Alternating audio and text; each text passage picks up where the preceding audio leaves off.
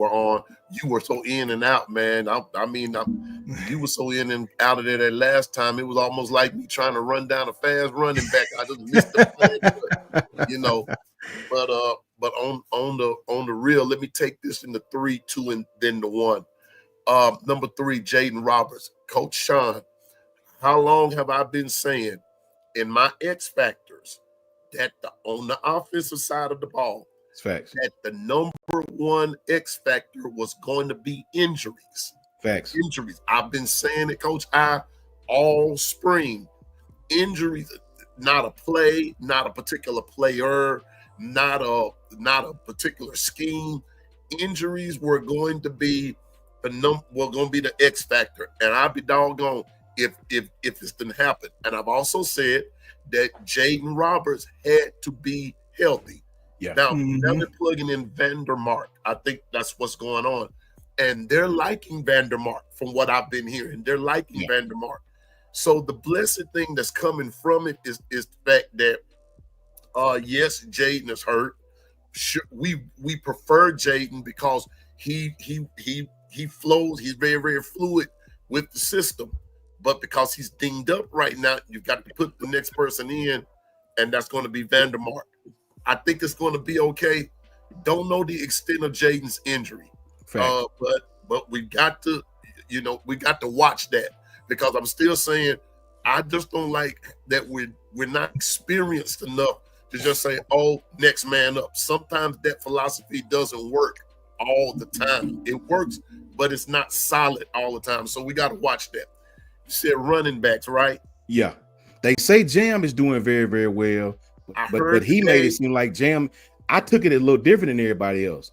People took it like, okay, Jam did great. But I took it as, well, hell, where everybody else at? I mean, we got 40 running backs. Well, I'm also hearing A.K. Deere, Richard Young, they're doing their thing too. Okay. So that O-line, those running backs, I've been saying it all along.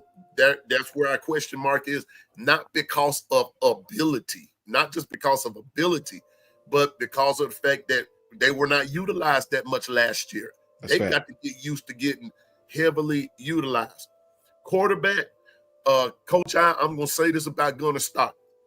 I went back and looked at his high school film. I went back and looked at the dude can ball out. Yeah. Georgia got him for a reason. Everybody hollering that Georgia's going to fall off. Don't believe that hype. No, don't believe that hype. I don't believe it. Gunnar Stockton is that dude. Now, will his line hold up? That's the question. Will his line hold up? Will his receivers be solid? Will they be consistent? Will Branch and a couple other guys out there, are they going to run the right route? Will there be a connection with them? It's going to be the same thing with Alabama. Will the line hold up for Ty or whomever it is they're going to put back there? Will the line hold up? What's the connection going to be? What the relationship is going to be? And that's what's going to separate, I'm going to say this, Bama, Georgia, Texas from everybody else. Relationships with everybody on the line, injuries, and all that good stuff. So Bama is doing what Bama does at this time of the year. It's the first scrimmage.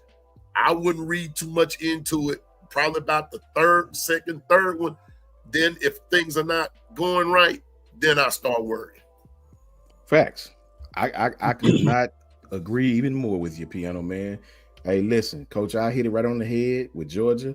Piano Man hit it right on the head with Alabama. Brinsky, same question to you. My 3 questions at this point, and it may have been a different 3 questions 2 months ago, a month ago, right?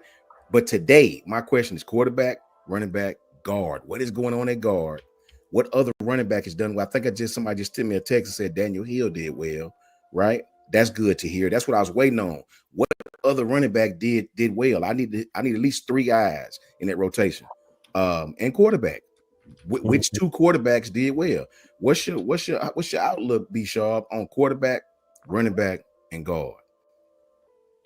I haven't had a chance to watch the scrimmage yet, but I seen like one you just said, Daniel Hill. That's the only thing that I heard. Yeah. So far, and I just seen pictures from it. But hopefully, Cam Dewberry did great, because I know he's one of those guys that's going to replace Tyler Booker on Yeah. the inside. So hopefully he went out there and performed very well. Keon Keeley, I seen somebody in the chat said they knocked Will on his backside a few times, so that's a good thing. And I've been hearing a few things during the camp from based on reports that Clint and Justin and all those other guys been saying, like I can't remember exactly who said it, but they were saying that Keon has really stepped up his game this all season. He's trying to make a big impact this season.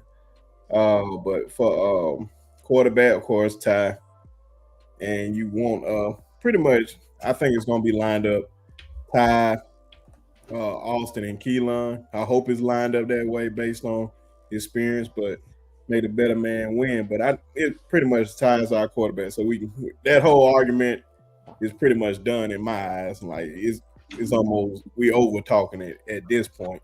Running back, I just want Jam to just just hit them holes, man. Not figuratively.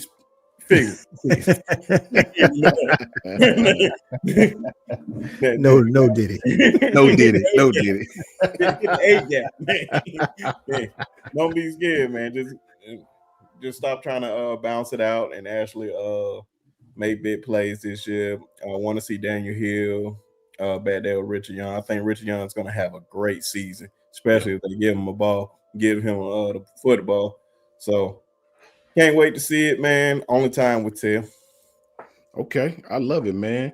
This is to Coach I. This is get back to Coach I, because we have the same question ourselves, man. So from Coach DeBoer's press conference, he said it was sort of give and take, nip and tuck. He said the offense actually played a lot better than he thought. He said the defense gave up a lot of runs. Now, you know how we are as fans, right? If the defense went out there and dominated, we like, man, what the hell wrong with the offense? What's going on? Right. If the defense go out there and get killed, we like, oh my God, our defense up. So it was back and forth. It was nip and tuck. Defense, they stopped the pass rush, but at the same time, the offense had some great plays against them. So Jam broke some great runs. Daniel Hill broke some great runs from what I just got a text and somebody told me.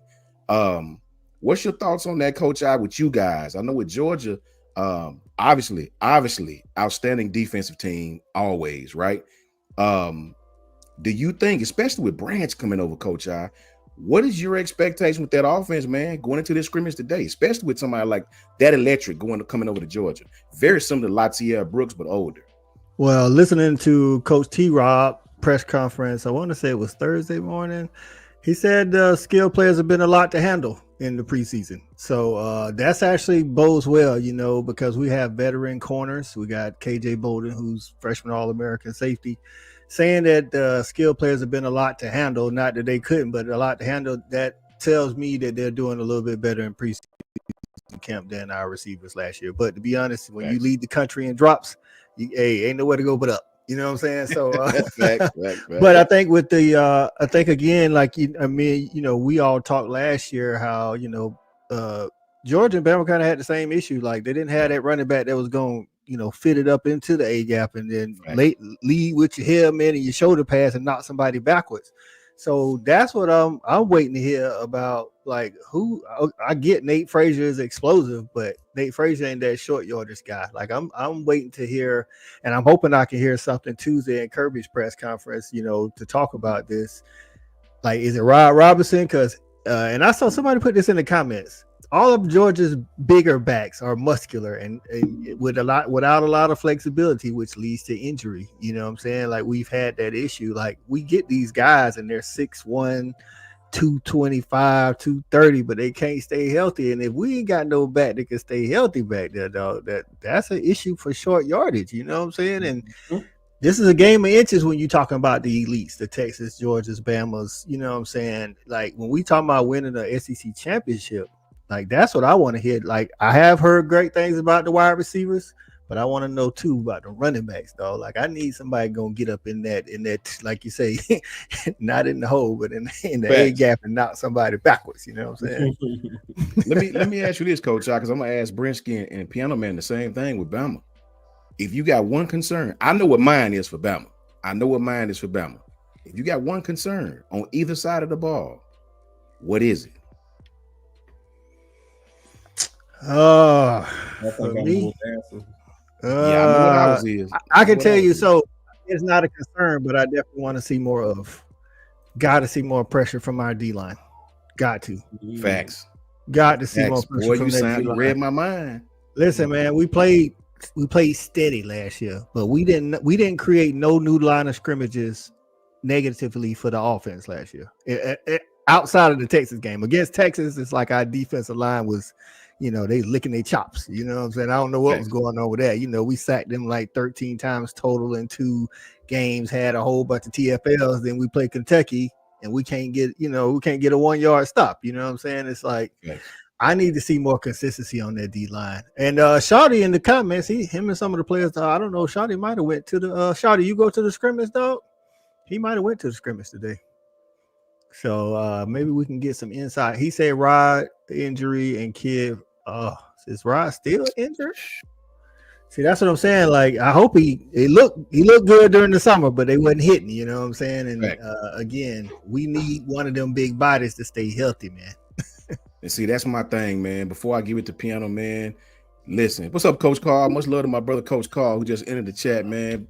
Coach Carl just asked me, what are 3 big that we have for the teams? And it's crazy similar how Coach Eyes is very similar to ours. And even now, his concern is my concern, pass rush. The reason why I say that is even with our offense, Coach DeBoer said that they countered the pass rush. We didn't get a lot of pass rush on, right? And that was our problem last year. Sure, LT Overton had almost 7. We had nobody with over 3 sacks last year, man. You know what I'm saying? Sound about like Jordan. Yeah. So Piano Man, let's switch it up like this. We know about the quarterbacks. We know about the offense. If you got a concern, not necessarily a panic concern, but a concern of something that you want to see that may or may not be up to your liking right now at this stage, what is it? When I heard today that Jam broke a 50-yarder on him against the run, on the run, picking up where we left off at. Damn it! I don't give a rat's behind what time of the season it is. That's not supposed to happen. And you say that you working on increasing pressure, beefing up that line and all that kind of stuff. When somebody can bust it 50 yards on you, they done got past everybody. And that concerns me that if Jam Miller do that, and I understand today was first day, I got that part. But did it happen any more today? Was there like another 20-yarder? Okay, 50-yard, all right. But did it happen again? And so that's my concern. Will we be consistent on the D-line in stopping the run? That's facts, man. That's fact. Piano Man, I think you need to reiterate that, man. Because, again, it could have just been a great play by the offense, right? You win some, you lose some, right? Right. But the reason why I want you to reiterate that is, I say again, picking up where we left off. Our last 3-4 games of the season, man, weren't to my liking on the defensive side of the ball. And I told y'all my thoughts on this 4-2-5, and I told you why. Right. Mike might have been not going to overreact. Might have been a good play by the offense. Might have been blocked well. But again, reiterate again, Piano Man, why that's your concern. Because if this is not attended to like today, I'm telling y'all again, I've said it before, Coach, no disrespect to you, bro, but Georgia does not concern me. Auburn playing that cemetery concerns me, but Georgia does not concern me. Tennessee does not concern me. Vanderbilt don't concern me, but Florida State concerns me. Game 1, because a team like that, if like I said, if Jam busted on you like that, Florida State come in there and just get the least little confidence in a run like that, and you have not settled that issue, it's going to be a long day in Tallahassee because they're going to run the ball on you. Won't be no need to pass it. Long if they can run it, why pass it? I think like what Coach Sean said, it depends on how the 50-yard run look. You know what I'm saying? Yeah. Like if he was breaking tackles along the way, that ain't great. You know what I'm saying? Because you want to, you know what I'm saying? But if it was like maybe somebody read the play wrong and then got sealed, and then somebody blocked them really well, and then Jam just hit the crease and was out. You know what I'm saying? Hey, Coach Sean. Can I chime in, Coach Sean? Yes, sir. As the defensive coach, right?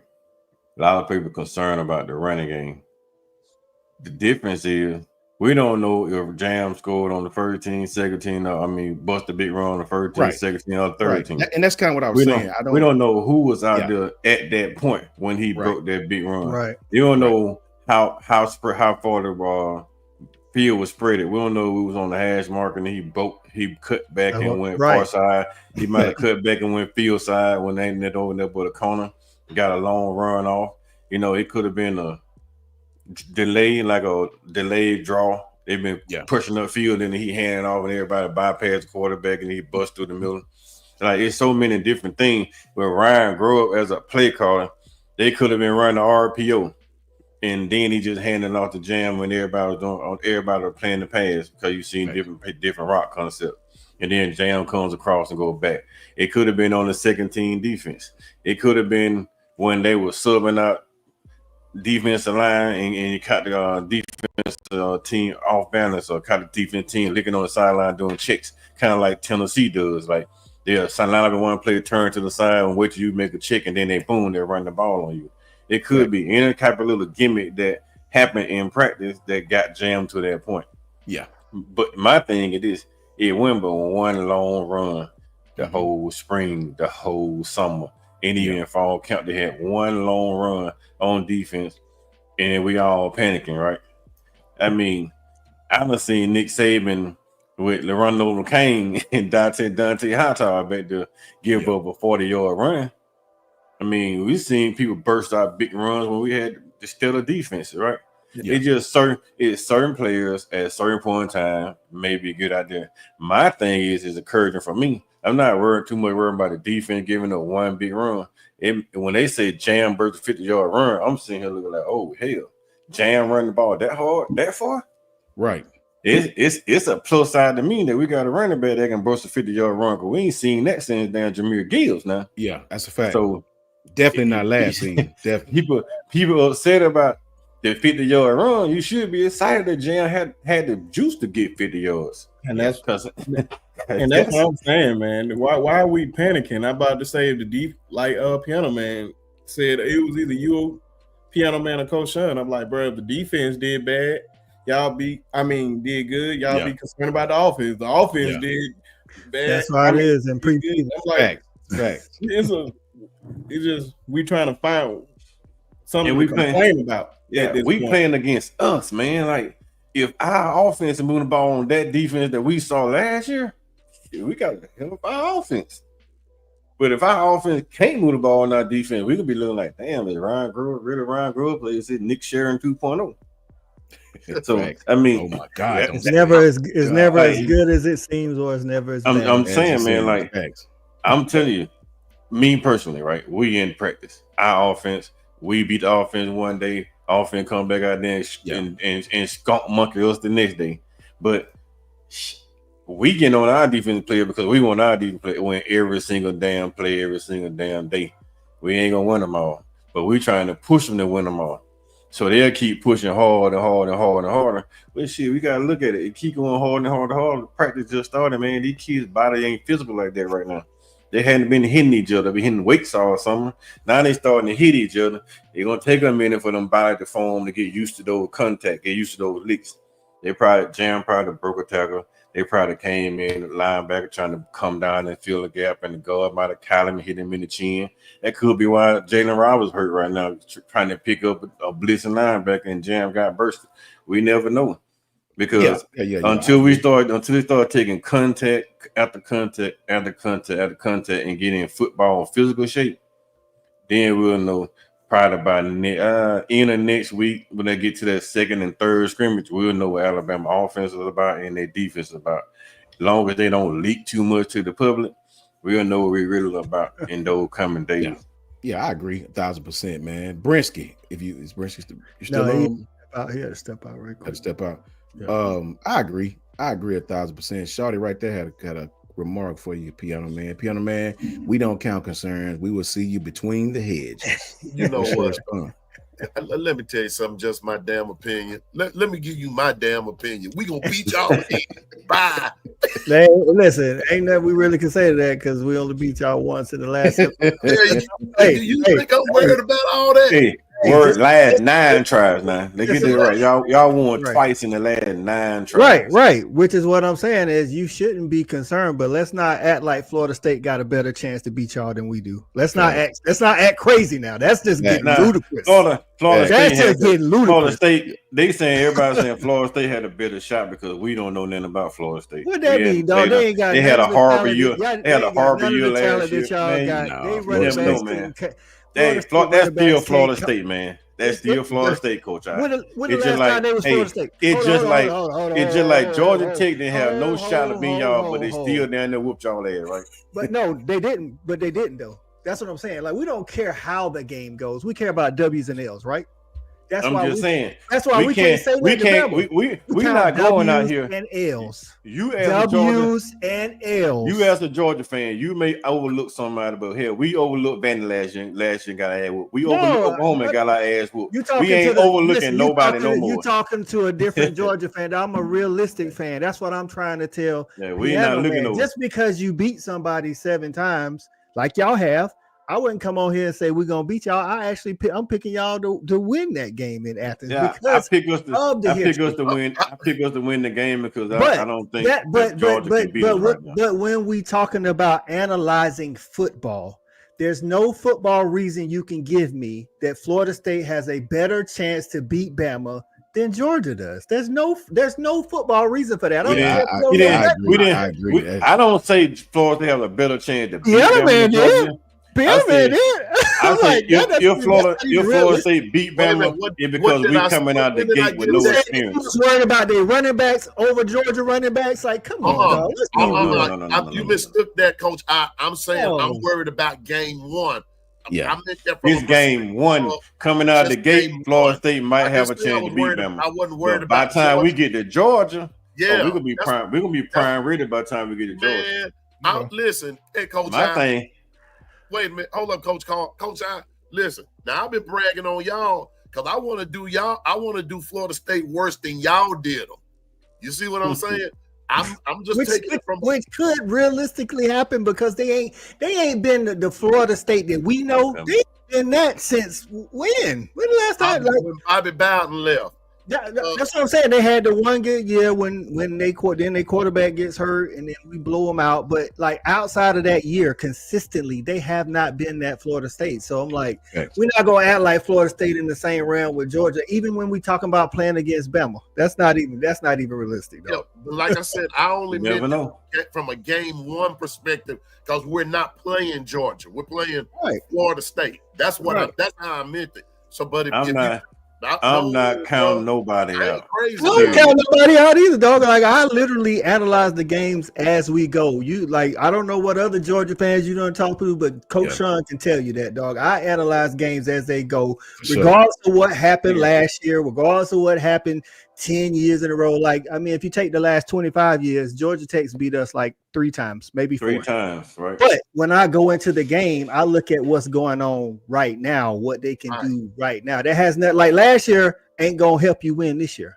It don't matter. You know what I'm saying? It's like it is what it is. But again, if I'm talking about Georgia, Bama, if you talking about how we play when we play against Bama, then it's rightfully to think Bama should have the edge in that game because of how it's going. That doesn't mean that's not how it's going to play out. You know what I'm saying? Y'all see me? No, we don't see you, B Sharp. Okay, I meant to do y'all hear me, but we can hear you. Yeah. Let me get B Sharp on here. Let me get B Sharp opinion. B Sharp, listen. And just for the record, I feel what all the brothers are saying, but I will never in the history of of StreamYard come on here and say Florida State got a better chance of beating us than Georgia. I would never say that. Not Sean. Not Florida State. We probably gonna beat them by 40 points, man. Real talk. I think we'll beat them by 17, but 40 I'm not like taking no opponent lightly. Not one. No, not one. Right. Never that. Facts. I don't know what our team possesses. Yeah, on paper. Exactly. Thank you, B. Shaw. I know we look good on paper. Yeah, I say we can do some things. Right. But I'm never gonna count out Georgia. Why? Because they got Kirby Smart. They got Glenn Schumann over there. They got guys over there that has been over there consistently. Mike Bobo ain't really a concern of mine. That's more of a Georgia concern. But still, I respect Mike Bobo. He done enough. Yeah. They still consistently win. They consistently still run the ball good. Yeah. I'm like, man, I'm not shorting none of these guys because I know what they are capable of. We acting like this is a 7-game series. This is not a 7-game series. This is a who played good today. One game. Facts. That's all the thing that matters. Who played good today? And it could be Georgia. It could be Alabama. And it don't matter if history gonna say it's on Alabama. Right. Exactly. It doesn't matter what Georgia can have the best team ever. But if they lose that game, what they're gonna say we won. We were the better team. Right. It don't matter. Right. So I just say, man, y'all better focus on each like Coach Sean, you said many times. You think it's a small game until you lose. Until you lose one. Yeah. Until you lose one. Try losing one. Yeah. Right. I'm not taking nobody. They better focus on Florida State and stop talking about Georgia. Yeah. That's all I'm gonna say. And see, for me, we were just speaking in the context of the football realm. We all get game one is the only one that matter. You know, we all get that. Right. We were just speaking in strictly in the context of when we all play each other. You know what I'm saying? But let me get your opinion on this, B Sharp. If you got a concern about Alabama football, I told you my concern was just pass rush. I'm not satisfied that we got. I mean, I know we got all these great linebackers, but I need to see us get a consistent pass rush, man. Last year, we left a lot of quarterbacks with a lot of time. And from the first scrimmage, just from what Coach DeBoer say, it seems like we didn't get a consistent pass rush today. I just want to know what you thought about that. Oh, we didn't. We need guys to step up from like Quay Rusaw, LT Overton. LT missed a lot of tackles last year that was in the backfield, especially it wasn't a sack, but it was a crucial fourth down in that Georgia game when Trevor Etienne just slipped right through his hands, just went right over. So, yeah, man, we need a consistent pass rush. It's definitely going to help the secondary because I believe the secondary can possibly be the best in the country. But if we have that consistent pass rush going at them, it's only so much time they can hold on to the ball. And we know those DBs are going to make plays. So we definitely need some type of pressure. But I know you don't like the scheme. I'm not too much of a fan of it myself, but I think the guys will have a better understanding of it this year. They'll know what their assignments are. They'll feel more comfortable with it. They know what Kane Womack wants. I think it was just an adjustment period. We just got to just see how everything go. And I believe we got the guys that can get to the quarterback, seriously. Yeah. So y'all don't like the 4-2-5? Can I hit on this, man, before I step out and go on my walk with my wife looking at me? Right. I'll jump back on from my phone when I get to walking if it don't go dead. But let me tell y'all something about this defense, man. If our defense is not getting pressure on our offense right now, it's not a problem with the defense. Yeah. The defensive ends we had, the linebacker we had, are excellent pass rusher with great speed. That means it's a testament to our offensive line, our tackles are blocking that damn well. I'm telling you, man, I saw this defense with my own two eyes make Ty Simpson run around that pocket like a chicken with a head cut off. Had the offensive line scrambling. I done seen Quay Rusaw damn near bench press a offensive tackle coming out the edge. The pass rush where we have, as long as they are healthy and they're playing within the confines of the defense, is going to be ferocious.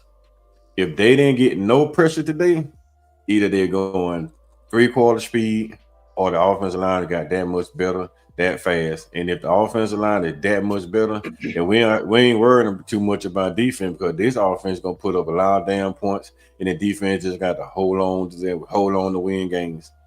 I'm telling you, man, defense win championship, offense win games. So as long as our offense is winning these games and giving our defense time to jail, because man, I mean, if you think about it, we've been watching vanilla versions of Alabama offense all spring, all summer long. Now they're getting into the season. They starting to implement everything that Ryan Groves and Caleb DeBoer is doing. The defense hadn't seen some of this stuff they putting in right now. They just dropping new stuff in as they go. Boom, they may be coming in every single week or every single day, dropping all new stuff and coming in the game plan that defense don't see, because the offense and defense don't practice together. They only come together when it's time to go against each other. Ones versus two versus threes, like that. That's the only time they play together, is when they come together as a unit to compete against each other. So what the defense is seeing with offense, they don't practice against that.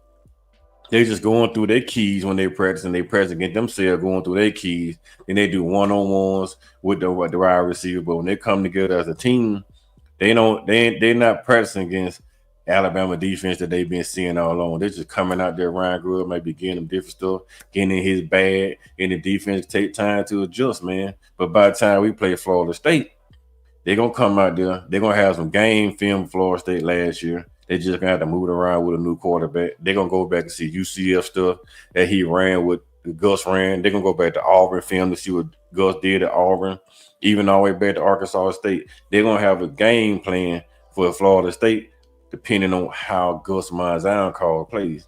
So they'll know basically everything Gus is capable of doing. And then with the stuff that Bama's doing right now, offense may be winning.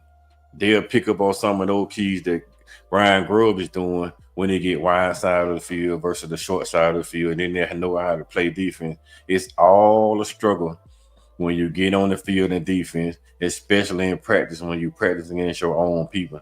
You don't want to be coming off the edge 1,000 miles an hour, hit, tie, break the damn arm. You don't want to do the same thing to Austin Matt when you know them two right there. It's like the front runner for the starting job. Yeah, they may blitz Keon Russell a little bit more, but they ain't coming out there at them top two right now, because those are the top two right now. And I see a lot of folks keep saying Ty the starter. I'm not going to say Ty the starter until he rolled his little skinny ass out there on down all with the 30s. When he rolled out there all with the 30s and he the starter, then I'm going to say Ty the starter. Until then, we can win with Ty, we can win with Keelan, we can win with Austin. It just depends on who rolls out there. That's who I'm rolling with. Roll damn Ty. Let me get in here and get that walk on before I get my butt whooped. But that's all I wanted to say, Coach Sean. Like, seriously, man, let's stop worrying so much about what the defense is doing until we line up against somebody outside of the Crimson Tide color. When you put on another jersey and Florida State coming out there and start busting 20 and 30-yard runs, that's when we need to start being concerned. But in practice with each other, I got a linebacker that won't hit nobody no more, because the last person he hit here, he hurt him. So he won't even hit nobody. So you never know, man. Like, it's so much stuff and so many nuances going on with defenses right now, especially with Alabama. Piano Man said it. Injuries. Jalen Roberts get injured. Who knows? The defense might be just going like 3/4 speed, man, trying to keep from damn killing damn bodies. We don't know. How the hell did Jalen Roberts get hurt? Did somebody put him on his ass, or did somebody bend him up? Like, how we know what happened? So we just gotta be patient, man, and just let everything work out. If we get into Florida State run down the ball, up down the field, then we got a problem. Because then we know Georgia gonna come back and run the same kind of stuff that Florida State did, and then they gonna monopolize our defense, and then we probably gonna be in trouble. So I just say, man, roll down Tide, man. I'll be listening if I can't type, man. Coach, I'm not arguing with you, but I'm just saying I'm not gonna count Florida State out, even though I know we're gonna beat Florida State in my heart. But I'm not gonna sit here on the thing and say we're gonna go down there and steamroll Florida State, because I never said that's not what I said. That's not Florida State is still a program. They still a program, right? And they had a 2-win season last year. They're gonna be coming out. Bama is their national championship game at the first of the season. Right. Just like we each other national championship game. Right. Y'all ours, we y'all's. We don't compete. Bama don't compare to no other team in the country but Georgia. We don't give a damn about Ohio State and Michigan. It's Bama and Georgia right now because Kirby come from Bama, and then he trying to do the same thing that he did in Bama over Georgia. So they're the only two teams that compare to each other. Alabama and Georgia, we mirror image of each other. Right. We ain't worrying about nobody else. That's why everybody always saying that Bama, Georgia. Yeah, we probably gonna beat Georgia, but I ain't gonna count that shit out neither. let me tell you this before you go, Coach Carl, really quick, 10 seconds. For me, when I say about I ain't talking about just me. I ain't talking about Bama's defense. You know, I'm not a fan of the 4-2-5. You know, of anybody of anywhere. I just, as an offensive guy, I don't like how much space it can create. I don't like the numbers game with the 4-2-5. I don't like how the middle of the field gets 4-2-5. I when I was an offensive guy, I enjoyed going against those kind of defenses. I mean, just as an offensive guy, I don't like us running that kind of. It's just the scheme I don't like. You know what I'm saying? It ain't really necessarily us. It's just I don't like nobody running. I don't like that defense. I prefer to run. I like two gapping. I like that. Did you pay attention when Michigan ran the 4-2-5 against us and beat us? Yeah, I did. Did you see how Ohio State ran 4-2-5 against Texas? Just about every defensive scheme you see, even from college, from high school to college, NFL, it's all 4-2-5 mostly. You get a 3-4 check, you get the 3-3-5 stacks, and sometimes you get 4-3, but most of it is a 4-2-5 base, and then they'll walk a safety down to make it a 4-3. They're not putting big linemen and big linebackers on the field. On third down, everybody putting outside linebackers that's our speed rushers, so they can put pressure on the quarterback, try to beat tackles off the edge because they're bigger and they faster. Yeah, you know what I'm saying. So, but what I'm saying is Michigan was more flexible in order to run that kind of thing. To me, our personnel is changing, but to me, some of our starters don't fit that. Like when I look at Tim Keenan per se, I don't look at him as that type of defensive tackle. I think of him as a straight nose. You know what I mean? To me, he had his best seasons when he was playing zero. Like to me, I know he can play. You know, in the gap. I know he can do that. But Michigan to me had those kind of players to fit that to a T. Right? They had those DBs that enjoy tackling. I don't think we had it yet. I think we got them on the roster, but I think they puppies right now. I think the roster's changing. Right? I think the 4-2-5 is just one of those schemes where you really got to have the personnel that fit that. And I get it. Everybody running that because of the up tempo and the spread. Yeah, up tempo offense spread. Yeah, I totally understand. I'm just saying I like the gap schemes was harder for me to go against. The gap schemes, and I get it. College football is changing. It's not ran that way anymore, right? I just don't like when we play against teams that run a lot of tight ends. And to me, I don't like seeing LT Overton standing up out there in space, getting him caught like that. I don't think he's quick enough. That's how Oklahoma was getting around the edges on us. You know what I'm saying? I like seeing him with his hand in the dirt. I don't think he's quick enough to be out there on like Quindarius Robinson, But I do understand. I think Freddie Roach was experimenting with those guys last year, trying to figure out the best mixture of speed and power. And then it just didn't get it right until like end of the season when you start seeing James Smith and Tim Keenan in the game at the same time. Jeremiah Benham and LT Over in the game at the same time. Like when he found a niche of the first and second down guys, then he'll switch it to a second and third down guy, depends on the pass downs or run down. He actually kind of got into his bag kind of the end of the season. What came down with Michigan, man, I think the Michigan game, everybody was just checked out basically. And then you seen some of the guys that weren't getting no PT actually start playing a little harder because they finally started getting PT. And you start seeing the nuances and all the mixtures inside of the 4-2-5, how it could be. The thing that I don't like is when we playing against a physical down here running team, and then they jump into the 3-3-5. Like that's what I don't like. Like if you're gonna play against Tennessee and with Tennessee spread, or you're gonna go against Sarkisian with some of the spread concept he do, and you want to jump into the stack on those teams. Don't jump into the damn 3-3 stack on Vandy. Like, why are you jumping this stack on Vandy? You running 4-2-5 when Georgia in the first half, Georgia couldn't do nothing. Then you want to switch to a 3-3 stack and then let Georgia start pounding the ball at you. Then once you start coming down here, Georgia start dumping on top of your head. Like, figure out a way to stay out of the 3-3 stack. Even if you had to roll down to a 4-3 or you switch it to a 3-4 defense at that point. I think some of that's because, like you said, stay out of that stack. Y'all switching to the 4-2-5 body types. I believe Crimson hit on it. 4-2-5 body types, especially up in the front seven, are a little bit. I don't think we all way there yet. I do not think we all way there yet. And I think like Coach Carl was saying, when y'all started out in the 4-2-5, and then y'all switched to that 3-3 stack. The 3-3 stack take bigger body types. Y'all are moving towards the 4-2-5. Yeah, so he had a mix of both body types in there, which allowed Georgia last year to start coming back. To start coming down the hill. We got the right body types out there, but you're trying to run a defense for the different body types. But I think Coach Carl is saying now he's feeling that the personnel is matching the 4-2-5. It's matching the 4-2-5. That's what I'm saying. Tim Keenan played better in the 3-3-4 in 3-3-4 in that one gap. But now when you put him in a 4-2-5 consistent beside James Smith, where Smith is more pad rusher and he more gap controller, of course. Right. Then you seen Tim Keenan start blossom. He started bursting out. That's when he started raising up in the draft stacks, because you put him aside him, Jeremiah Beaman, or him and James Smith side by side is gonna be a terror on the inside, because at that point you can't double Tim. You gotta double the quicker guy. Yeah, that's the guy you're going to have to put hands on, because you leave James Smith for Jeremiah Beaman 1-on-1, your quarterback probably going to get injured. Yeah. So you're going to double them and then let those guys, let the bigger, slower guy try to make the play. And I think a lot of it was injuries too. Quindarius got hurt.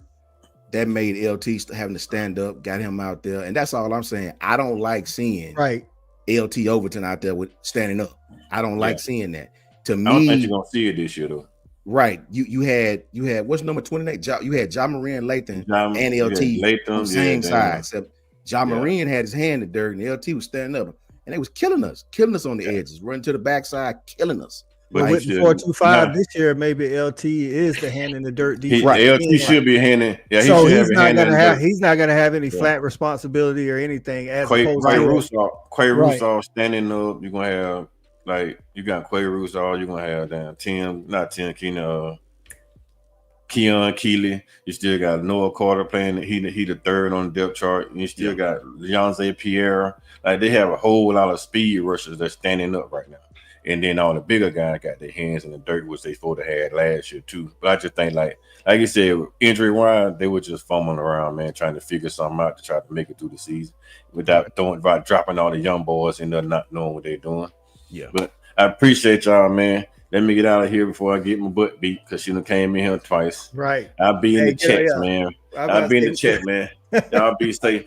I gotta get their heart rate up, man. So before she kill me.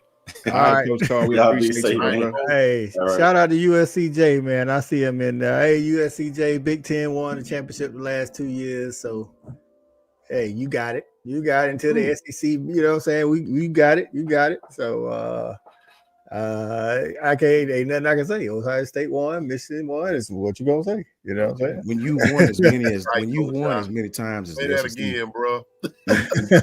when you've won as many as the SEC's won, we're not gonna argue with you about that. Cool. Right. Great. Right. You got them too. So the last 2 years, hey, Big Ten on top, dog. Ain't nothing we can do about that. Only thing we can do is get our position back. That's all we can do. So, man. F all that. F y'all conference, man. Y'all conference. Nothing about y'all conference, man. But see, the difference is, I'm gonna say to that comment though, USCJ, you should know by now. You know me for a couple years, and these guys are like me. All they care about is Alabama winning. All I care about is Georgia winning. If the SEC don't win, we don't care. All we care about is our team winning. All those teams that's in the middle of the pack, them the ones that be like the SEC for the most part. You know what I'm saying? Will I root for Alabama when they play in the bowl game against Big Ten? Probably so. Likewise. Probably so. Likewise. You know what I'm saying? Likewise. But at the end of the day, I don't want them to win if I can't win. I want a championship. You know what I'm saying? I never looked at Georgia as a rivalry. Right. Yeah. I look at LSU as a rivalry. I look at Auburn as a rivalry. I was just like, I get sick and tired of some Georgia fans, but I don't consider them a rivalry. I'd say the same thing. Like, South Carolina sees us as a rival, but we don't see them as a rival. You know what I'm saying? And then Georgia fans try to say it's a Bama Georgia rivalry. First off, it's not. Second of all, you got to win for it to be a rivalry. But it's just we the big dogs on the block, so everybody gonna always pit us against each other. You know what I'm saying? That's just how it is. You know what I'm saying? And if Georgia doesn't win. So like last year, the SEC looked bad regardless because Georgia lost in the first round and Alabama didn't make the playoffs. So both of the big dogs didn't do nothing. You know what I'm saying? So, man, like me and Piano Man agree. Hey, we didn't win. What we gonna say? Notice that none of us are salty because if we being real, leave it to Coach Sean to give you the truth in the details, man. The truth is in the details, bro. The SEC has put belt to your asses for as long as my daughter's been born. So 1-2. Hey man, you sound like a Texas fan right now. We almost won it. We almost did it. Bruh, stop it. You almost lost to Vanderbilt. Georgia beat you twice in one season, and you had a good season. Shout out to you. You won the same thing Alabama won last year. Nothing. You know what I mean? So y'all still got that crystal ball in there. That's all y'all got. Georgia had a great season. Georgia lost their starting quarterback and whipped you twice. Now, you know how hard it is to beat a good team, twice, man? So, bro, great. Shout out to Michigan, shout out to Ohio State. First championship y'all had since whoever was president in 2014. Hey, man, shout out to you. The team that we cheer for, 3 of us, got 6 of them things in like 15, 16 years or so. 6. I don't care about what none of y'all doing in the Big Ten. I don't give a damn about that. Holler at me when you win at least 2 or 3 more in a row. And then you have me biting my nails. Right now, shout out to y'all. Great job, Michigan. Great job. Look at Michigan. Won it, then fell the hell off. You know what I mean? Beat us, cool, but you still fell off by championship standards. So right. And USCJ, like that's my guy. And I don't want you to fall into this conference cheering because that's what middling of the pack do. Yes, you know what I'm saying, which right now USC is middle of the pack in the Big Ten, so you gotta hold on to Ohio State and Michigan. See, as Georgia and Bama fans, we don't have to do that SEC because we win chips around here. So I know you came in and take a shot, that's my guy, but I'm gonna take one back at you. Middling teams hold on to conference wins. Big Don't make me get Piano Man started on you, man. You know what I'm saying? Big dogs win championships, Piano Man. You know what I'm saying? Tell them, big dogs win championships. You know what I'm saying? We eat, man. we eat. That's what we do. We live to eat, bro. I don't know what USC, you ain't been relevant since Reggie Bush left. So be quiet.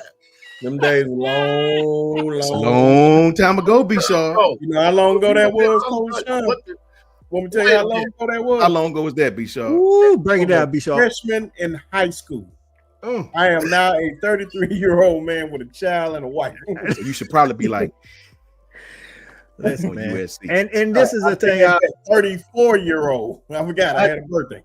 I tell fans of teams like Bama and Georgia and those that want to be elite, we can't use the same excuses when we lose. Like we can't use injury as an excuse because we're elite teams. If you want to be the elite of the elite, you can't use the same excuses. You can't hold on to conference ties because you're supposed to be the conference ties. You see what I'm saying? So that's what I'm saying. Like you can't be in the middle of the road pack teams. Them the ones that say, "Oh, we was injured." The SEC, the Big Ten, whoever won the national championship. But when you trying to be the elite, you don't get that same privilege. You know what I'm saying? It's lonely at the top, like my boy Shaw just said. You know, when you at the top. Yeah, everybody can see you. When you're in the middle, you hiding in the bushes. You know what I'm saying? Don't nobody really pay attention to you. This is the truth, man. USC lost in the sauce, and you got to be honest if you're a real football guy. When Georgia and Alabama come to your town, it's a thing.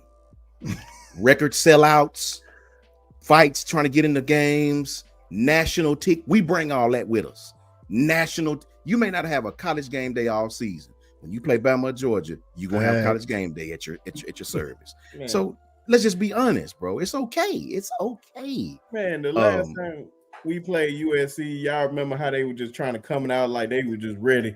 Like they some all that crawling and all that crawling, got their belt to their asses. That's for fact. real. That's fact. I'm like, man, it's the standard over here, man. Nobody don't care about no man. Y'all too Hollywood over there, man.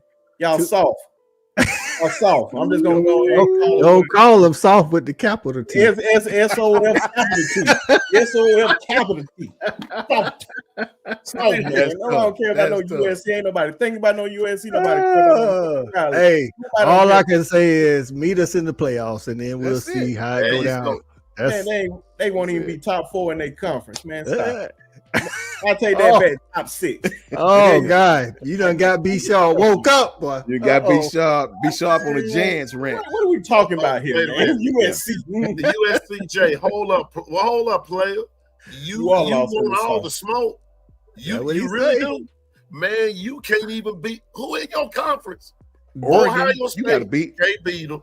Yeah, Michigan, Ohio, Oregon, Penn State. You can't beat them, bro. You can't beat them, man.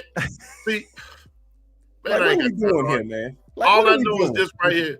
If y'all do it, like what Coach I said, meet us in the playoff. Let's sell it on the field, right? Let's sell it on the field. Playoff. Man, I can on this schedule's so cupcake, man. They got Missouri State, Georgia Southern, Purdue. Y'all should be 3-0 before y'all see Michigan State. I swear, if y'all are not 3-0 going in when y'all play Michigan State, something wrong. Then you got to go on the road to Illinois. You got Michigan at home. I think this little stretch right here, Michigan, Notre Dame, Nebraska. You go to Notre Dame and Nebraska on the road. That should be a little tough stretch for y'all. But he said USC beat LSU and LSU the middle of the road last year in the SEC. That's what I'm saying. That's USC. That's all I can say. That's middle of the road problems, and we at the top of the hill. LSU. This is what they're saying. LSU. LSU first game of the year. LSU had won the first game of the year for them in 5 years, bro. So all you did was just something that everybody been doing. Something everybody been doing. So Clemson gonna do it again this year, bro. Come on now. That's facts. I'm sorry, America. This is a disgrace, man. This is a disgrace to USC, man. John Robinson turned over in his grave hearing all this bull jive coming out your mouth, man. Right. Hey, let me get this to Toya. I have not talked to Jans yet, but usually when football season pop up, Jans pop up. Right. You know what I'm saying? But keep going, fellas. Keep going. My bad. Right. USCJ say the SEC overrated. Whether that's true or not, this Bama and Georgia, we're not overrated. Nah, it's overrated. I don't know if the conference is overrated. That's an opinion, but Georgia and Bama not overrated. And well, I'll tell him this, Coach. If we don't just count conferences, because the last time Georgia took on Ohio State, we won. The last time, so did we. The last time Georgia played Michigan, we won. Last time we played Ohio State, right, 2-14. Now Michigan whipped their asses twice in 1 year, but hey. Whatever, man. The whole look. We count numbers. So Bama overrated because Oklahoma beat Bama. So that's what you're saying. Stop it. Bro, so can I call USC overrated? Don't make me pull up y'all schedule. Don't make me do it, bro. Right don't make me do it. USCJ, you done gotta woke up, though. Let me ask USCJ this. Let me ask you if the SEC is overrated. How can we've had more champions of this thing than any other conference. It's not even close. I can give you at least 4 teams in our conference that's all got them trophies, them gold trophies. How many in the Pac-12 has got? And don't give me that 1965 stuff. I want to know how many people and don't claim the Big Ten yet. I want to know how many teams in the Pac-12 in the last, would you say 20 years? 20 years is the lifespan of our freshmen, right? Since our freshmen on all of our teams been born, how many teams in your West Coast Conference have that gold trophy? I can tell you how many. I can tell you in 20 years, right? I can tell you several out of the SEC that got that thing. No freshman nowhere. That's 19, 20, 18. No freshman has no recollection of you winning anything. That's crazy. They were babies when you won. There's no in the country that gonna say that remember Bush. Y'all still living out Reggie Bush, man. Man, Coach Sean. My fault. Coach Sean. Yes, sir. Hey, what's that dude's name? What's your name? It's USCJ, whatever. USCJ. Hey, look here. I wouldn't be saying much, and you lost to Maryland. The NFL don't think we overrated. Saying much, and you lost to Minnesota. That NFL draft don't think we overrated in that conference. That's what I say. Hey, For how many years in a row had the most players drafted? The biggest stars in the NFL are played in the SEC. That Pro Bowl and that All-Pro team don't think the SEC is overrated. And you better check the resume. When the last time USC had somebody? I'll wait.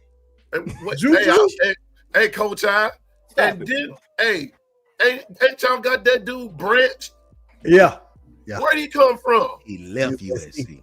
Yeah. So if shout out to Nick, shout out to Water. Taylor Williams come from Oklahoma, right? Yeah. So Oh, hey, like I said, man, that's what Midland teams do. They have to have the conference argument. I'm not on things. Yeah. You can't find nowhere that I put on no social media where I go SEC. I want Georgia to win. And listen, I know this for a fact. When I judge conference, I judge by players. Yeah. And I don't care whether you look at them coming into college or leaving college. There's not a question on who has the best players, top to bottom. We get the best overall. Best recruiting goes top to bottom to SEC, and then when you get the NFL, like B Sharp said, the SEC has more NFL draft picks. So when we're talking about players, when you play a Vandy, you still might be playing 2 first rounders. You don't know. When you play a Maryland, you ain't playing no draft picks, dog. When you play Minnesota, you're not playing no draft picks. That's why we say that the conference is the best conference, dog, because South Carolina does have a Dylan Stewart that's gonna be a top 10 pick. Yeah, you can't say that about every team. Like that's what I'm saying. Like it doesn't matter whether it's Vandy, Mississippi State is terrible. They are absolutely terrible. I can guarantee you they got a top 3 rounder on their team. I can guarantee that. Man, you know what I'm saying? And you just lied. That man, if he keep playing the way he playing, top 5, it ain't even gonna be no question. You right about that. Hey, big shout out to Nick, man. Nick and all the homies at Water Coolers Talk Sports, man. Much love to them guys. The Auburn homies in the building. Yeah, they do big work over there, man. Big work. Right. That's what I'm talking about, Brisky. Look, we don't care about slobber, but we like our guys at Water Cooler. I'll tell USCJ the same thing. That's why I like Cardale. What's Cardale do with Ohio State? Cardale Jones. He'll throw a tweet out there and talk crazy and make everybody, but he told the truth on the with not Jim Rohn, but the little talk show dude. He was like, listen, I'll keep it real with you. I played Ohio State. Yes, our road to the championship is way easier than the SEC's road. He said it. He said we have maybe 2, maybe 3 big games all season. You know, maybe. He said in a nutshell, it's really 2. Penn State, if we play them, Michigan, if we play them. Other than that, the rest is tomato cans. Kentucky every week, you know, like stop it. The SEC, man, you may play 6 ranked teams in 9 weeks. Like we can stop this ridiculous argument. I get it. Shout out to USC. I got a number of love and respect for USC, but the truth is in the details. USCJ, y'all ain't won since the Jordan 2s was out. Like, so let's stop. 2s, like stop. Like we can stop. Like we can stop that. Y'all came to the Big Ten and y'all was everybody's whipping boy. Like stop it, bro. Your conference win something, and at least then I can take you serious. But it's all love to you, though, brother. It's all love to you. Right. So let me get you. Listen, you know, preseason is upon us, Coach Sean. Yeah. I enjoy it. I just hit him with the truth. See, the truth works better than anything else, brother. Facts. You know, because if you know football, now the truth only works with fans that understand. Who know football, right? The delusional fans don't know that the truth is being told to them because they in their own world, right? If you know football, we all know USC has been virtually irrelevant. Y'all known for everything but winning right now. Coaching, moving, players. Y'all ain't won nothing. So you should really be quiet. But I respect the fact you behind your team. I like that. But I like people that win, then talk. So I can respect that. right? Right. You ain't won nothing. So in our own fan bases, Coach Sean, like for Georgia, Mike Bobo is being looked at. You know what I'm saying? I ain't saying he on the hot seat. I'm just saying there's some people out here looking, just like I seen some people in the comments that say, if what Piano Man say is true and people are able to run on y'all gonna be looking at Womack like, yo, bro, what's up? Man, you know what I'm saying? So, you know, I say that to say, like, you know, USCJ in here, I'm like, is Lincoln Riley looked at like some of that, you know, like, he won 10 games in a minute, you know what I'm saying? In a minute, man. In a minute. Like, you know? I already know I got eyes on Bobo. You know what I'm saying? That's I went to school with the dude. You know what I'm saying? And Shawty played with him, but we need them to perform. And I know y'all want Womack, which these guys should perform with what they getting paid with the knowledge that they have, with the talent that they have, what we know that they can do, you know, things like that. So while we're doing the comparison, we talking about teams here. Facts. You know what I'm saying? Lincoln Riley, like, hey, we got some hot seat people in the SEC. Is Lincoln Riley on that in the Big Ten? You know what I'm saying? Because when you get paid the big bucks, dog, you got to win. That's just what you say, Risky. Just win, baby. You know what I'm saying? Win, baby. You got to win. Who do you guys got the first game, Coach R? We got the good thing about us. We got the 2 cupcakes out the way. Marshall and then somebody. I don't even know who. Okay. Austin P, Coach R. Yeah, and then we got Tennessee the third week. That's still like that again. We got Tennessee. We got to go. We got to go to Neyland. But that's why I like the fact that we were supposed to play UCLA, but UCLA backed out. Right? I understand why they backed out, because they joined the Big Ten and they got to play a 9-game schedule. That's why they backed out, which caused us to have to play Marshall. No big deal. But we get 2 weeks to kind of prep for going to Neyland. On the road. That's gonna be tough. Yeah, man. Bro, right. Because when we played Notre Dame, not for nothing, we played Notre Dame here in the South. You know what I'm saying? And you know what I mean? And Gunner hadn't been in no true starting game in nobody's hostile environment. We know how loud Neyland can get. That's facts. So I'm glad we got it like that, because you know what I'm saying, we get to get some reps in before we actually have to go on the road, instead of y'all got to go to, don't y'all go to Florida State?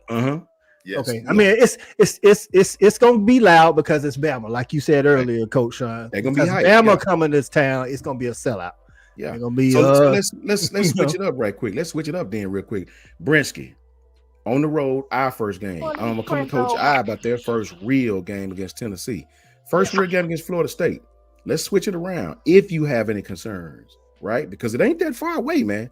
It's not that far away, right? They should be getting into prep here in a few weeks, man.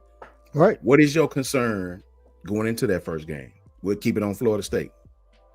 Just really, you talking about with our team, right? Just with our team. Oh yeah, I'm about to say it's just how we're gonna do at the quarterback position. Yeah, I believe. Yeah. I understand what Coach Carl is saying, but Ty's the guy. We ain't even about to sit here and just bull jiving that. Like at this I was going to ask y'all if y'all felt like Ty was. No, Ty Simpson will roll out there. Barring injury, Ty Simpson is going to run out there. Okay.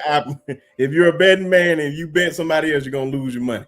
Ty Simpson is going to roll out there game 1, barring injury. But him at quarterback, that's the only thing I'm really worried about, because I don't really know. Because you haven't seen it. That's all. That's because you haven't seen it. Yeah, every time I have seen it, it's been in like some of the most wildest. Right. Folks like to point out that South Florida game when it was like a tsunami out there and expect you to throw like it's sunny outside. I ain't never seen nobody throw a football good in a tsunami. They had to stop the game twice. How bad the rain was. But we just gonna see. Everybody been, from all the videos that we seen, from everybody talking, it sounds good. I hope everything that they're saying, when he rolls out there, it looks the exact same way from what they were saying. But we'll find out once the game starts. We can all have our perspective on who gonna do what. And a lot of those guys we seen out there, so I know what to expect from them. But I really don't know what Ty gonna bring until he sets foot out there. So only time will tell. Right. It's 100% facts. I couldn't agree more. Shawty asked, you guys expect to see any growth with your head coach? Quickly, Shawty, for me, I think his first year in the SEC was a learning experience for him too. I think he understands on third down that Pac-12 running high lows. Hey man, listen, corners can play in this league. Not saying they can't in the Pac-12, obviously, right? But I'm thinking he's understanding on the week-to-week basis here. Going on the road is very, very difficult in this conference.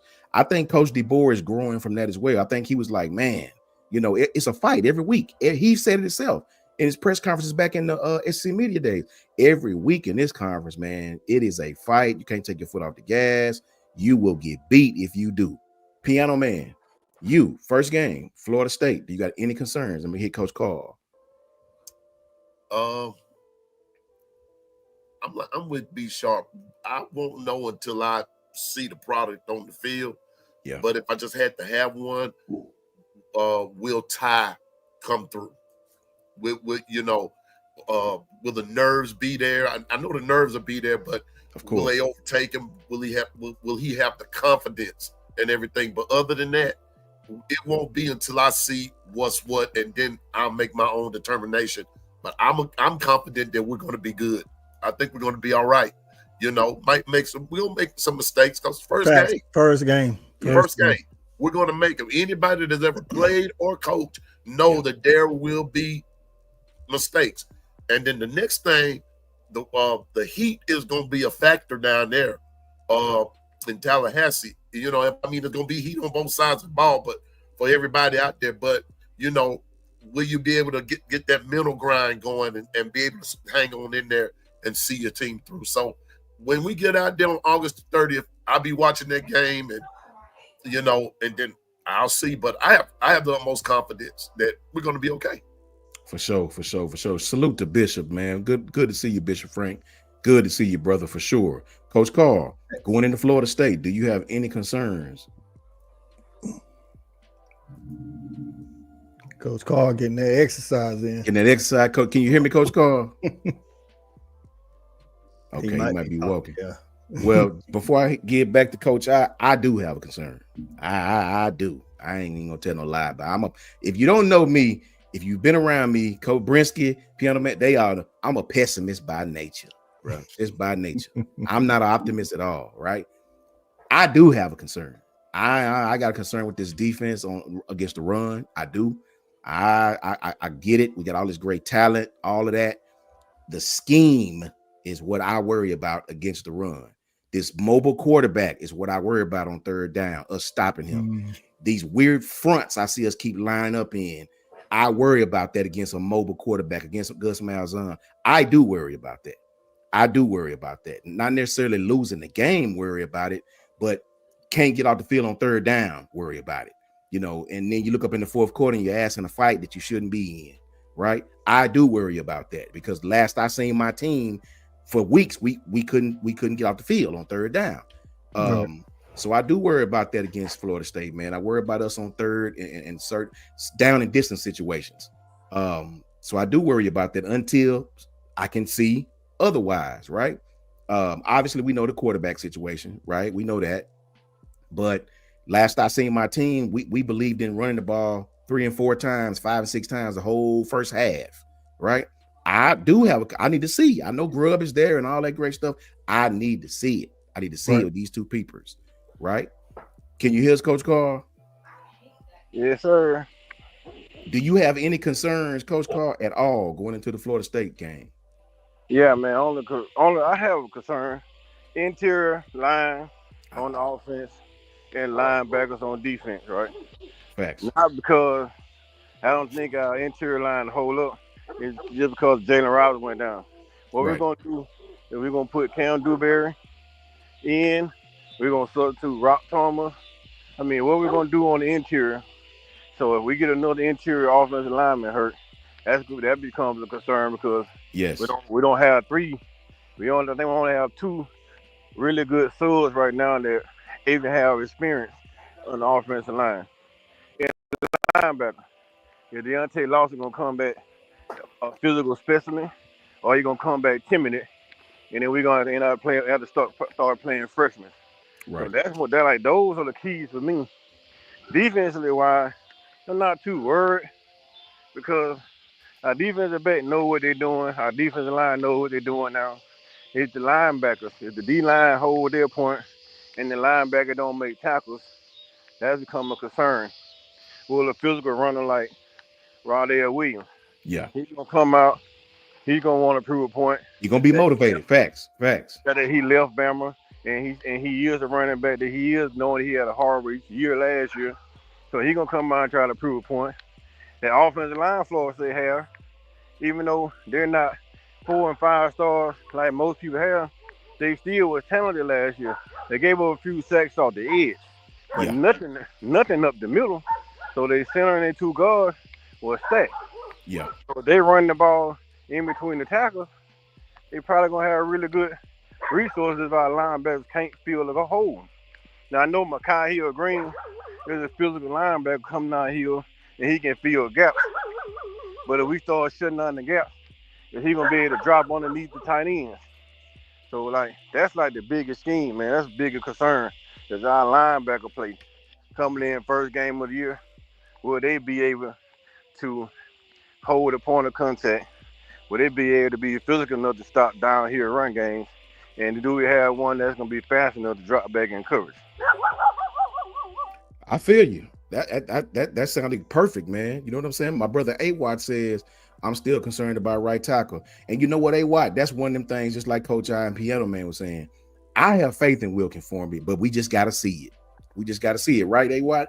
We just got to see it, man. We saw the right tackle, man. We was giving up sack after sack after sack, right? We just got to see it. I think Wilkins going to play well, but we do have to just see it, man. Coach I, going into the Tennessee game, I know you guys got 2 tune-ups, but that Tennessee game on the road is going to be electric. It's going to be electric, man. Josh Heupel is a good coach, offensive coach anyway. He know how to stretch your defenses. He understand how to put stress on you. He understand how to create grass, as we call it. He understand how to create grass, man, stretch you out, and everybody know the more grass, the easier the quarterback reads are, right? So, Coach I, do you have any concerns with Georgia at this point, as of today, with going on the road to Tennessee?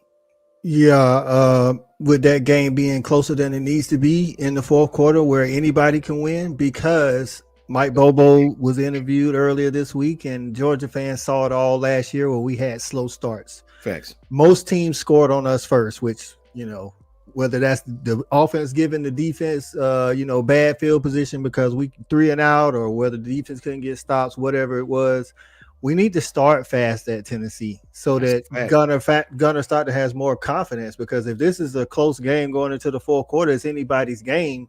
You tend to favor the home team, and I don't want to have to, what I'm saying, like you say, create space, and all it taking that what I call one read offense. One false step, and then they hit you over the top. Fortunately, Kirby's been able to stop their run, which when you stop Tennessee's run, you pretty much shut down the offense. But I want to see, because Mike Bobo said that part of the reason, some of the reason for slow starts was execution, and some of it was play calling being conservative. I'm like, we don't need to be conservative, going like let's not get up there and allow Tennessee to be in the game. You know what I'm saying? Because that's what I was saying earlier about Bobo. He's on that hot seat, but under the microscope. We need to see you start faster and get a couple of first downs, field goal, touchdown. We need to, and we don't need to be doing that in the second quarter, because when you go to a hostile environment with an offense that can score, it'll look like 2024 at Bama. We down 31-7. You know what I'm saying? Like, we don't want to have that. And when you down like that, I know fans will say, well, the defense wasn't playing good. It ain't all on the defense. If the offense is getting the ball on like the 45-yard line. Field. Yeah, man. Yeah. So we need to see that. That's the one thing I want to see again, because we haven't seen Gunner in a hostile opponent's stadium, and we got questions at like I say, at that right guard, because there's no experience over there at right guard, just a lot of talent. You know what I'm saying? Just a lot of talent. So that's what I want to see. That O-line and the offense with Gunner get a faster start than we're used to, because that got old last year starting. I know we came back in most of those games, but that's not, as a fan, just as a fan, that's not what you want to see, though. That's what raised your stress levels. So let me stick with you, Coach, before I bring it back to Brinsky and Piano Man and Coach Carl for our last question. I get you guys' concerns now. Coach, what do you feel good about going into Tennessee? What do you feel good about, borderline confident about, as far as Georgia is concerned, going into Tennessee? Two things: our back end, our linebackers, and our secondary. Facts. Linebackers, I'm willing to put them in the top 5 in the country. Linebacker unit. Our secondary, even though we lost Starks and then Jackson, the other 4 guys, if you count the star, all of those guys are either starters or super experienced. So that's really confident. And I'll be honest with you, I've been on Gunner a lot in the show, but one thing I'll tell you, Gunner ain't gonna do, he ain't gonna lose the game for us. That's facts. He might not throw for 300, but he's not gonna lose the game for us, and that's what I'm super confident about. You know what I'm saying? And look at the 2 teams he played, Coach. The two games he played, right? A lot of times he may not play 2 tougher games in that. You know what I'm saying? I mean, he played in 2 very high intensity games, bro. Pressure field. That's what I will say. Like I say, like Coach Piano Man said, he's used to that from high school to last year. He not gonna go out there and play. I can tell you this: I don't see a game where he throwing 3 interceptions, and that's no knock on Carson, because Carson, my guy, Carson got the talent to bring us back from 3 interceptions. Yeah. Whereas Gunner, it'll be a little bit harder, but I don't think Gunner gonna put us in those situations. You know what I'm saying?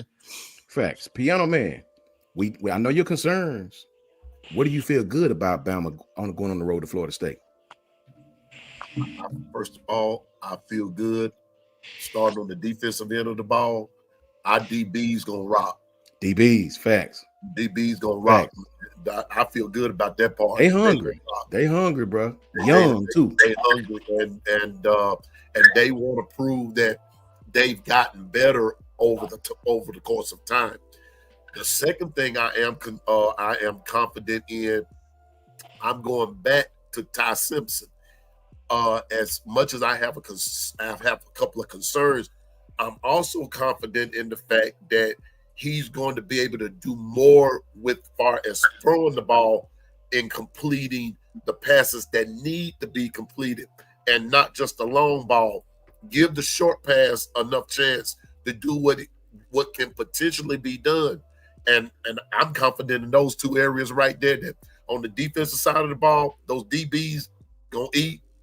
On the offensive side of the ball, I believe Ty is going to do some things to be able to throw short, and we're going to see a different dynamic in the offense.